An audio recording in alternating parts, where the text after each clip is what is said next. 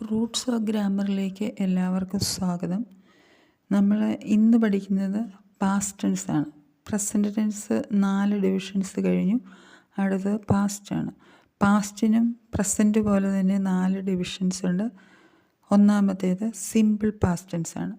Simple past ടെൻസിൻ്റെ form subject plus past form of the വെർബാണ്. അതായത് നമുക്ക് പ്രസൻറ്റ് ടെൻസ് അറിയാമെങ്കിൽ പാസ്റ്റ് പഠിക്കാൻ ഈസിയാണ്.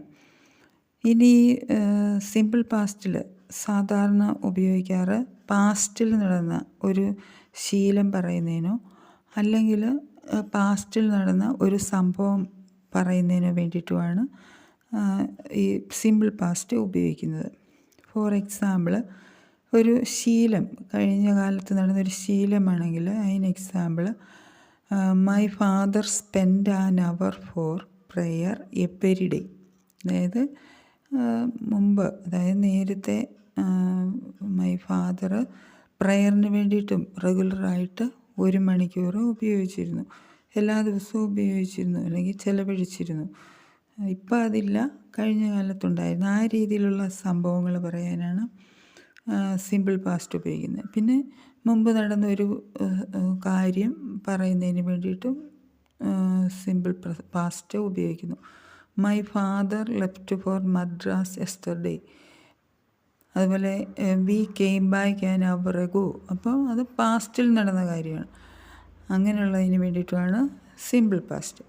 ഇനി നമുക്ക് അടുത്തത് പ്രസൻറ്റ് കണ്ടിന്യൂസ് പോലെ തന്നെ പാസ്റ്റിൻ്റെയും പാസ്റ്റ് കണ്ടിന്യൂസ് ആണ്. Past continuous tense.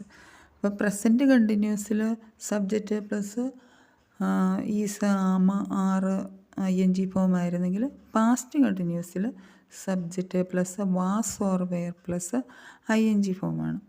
അപ്പോൾ ഈസിൻ്റെ, ആമിൻ്റെ, ആറിൻ്റെ പാസ്റ്റ് ടെൻസായ വാസും വെയറും ഉപയോഗിക്കുന്നു. ഇതിപ്പോൾ പാസ്റ്റ് കണ്ടിന്യൂസ് പറയുമ്പോൾ അത് കഴിഞ്ഞ കാലത്ത്, അതായത് പാസ്റ്റിൽ തുടർച്ചയായി നടന്ന കാര്യം കാണിക്കുന്നതിനാണ്. പ്രസൻറ്റ് കണ്ടിന്യൂസ് ആയിരുന്നെങ്കിൽ എങ്ങനെയാണ്? ഇപ്പം തുടർച്ചയായിട്ട് നടക്കുന്നത്. പാസ്റ്റ് അതിൻ്റെ ഓപ്പോസിറ്റ്, അതായത് പാസ്റ്റിൽ നടന്ന ഒരു കാര്യം, തുടർച്ചയായിട്ട് നടന്ന കാര്യം പറയാനാണ് ഈ പാസ്റ്റ് കണ്ടിന്യൂസ് ഉപയോഗിക്കുന്നത്. ഇപ്പം നമ്മൾ ഒരു എക്സാമ്പിൾ പറഞ്ഞാൽ he was drawing a picture. അതുപോലെ she was writing a letter. അപ്പോൾ അവിടെ ഹീയും ഷീയും സിംഗുലർ ആയതുകൊണ്ട് വാസ് വന്നു. പിന്നെ പ്ലൂറൽ സബ്ജക്റ്റ് ആയിരുന്നു, വിയോ ദെയ്യോ ഒക്കെ ആയിരുന്നെങ്കിൽ they were playing football, we were eating banana. അപ്പോൾ അങ്ങനെ നമുക്ക് എക്സാമ്പിൾ പറയാനായിട്ട് സാധിക്കും. ഇത്രയാണ് അപ്പോൾ പാസ്റ്റ് കണ്ടിന്യൂസ് ടെൻസ്. ഇനി നമുക്ക് ബാക്കി ഭാഗം അടുത്ത ക്ലാസ്സിൽ.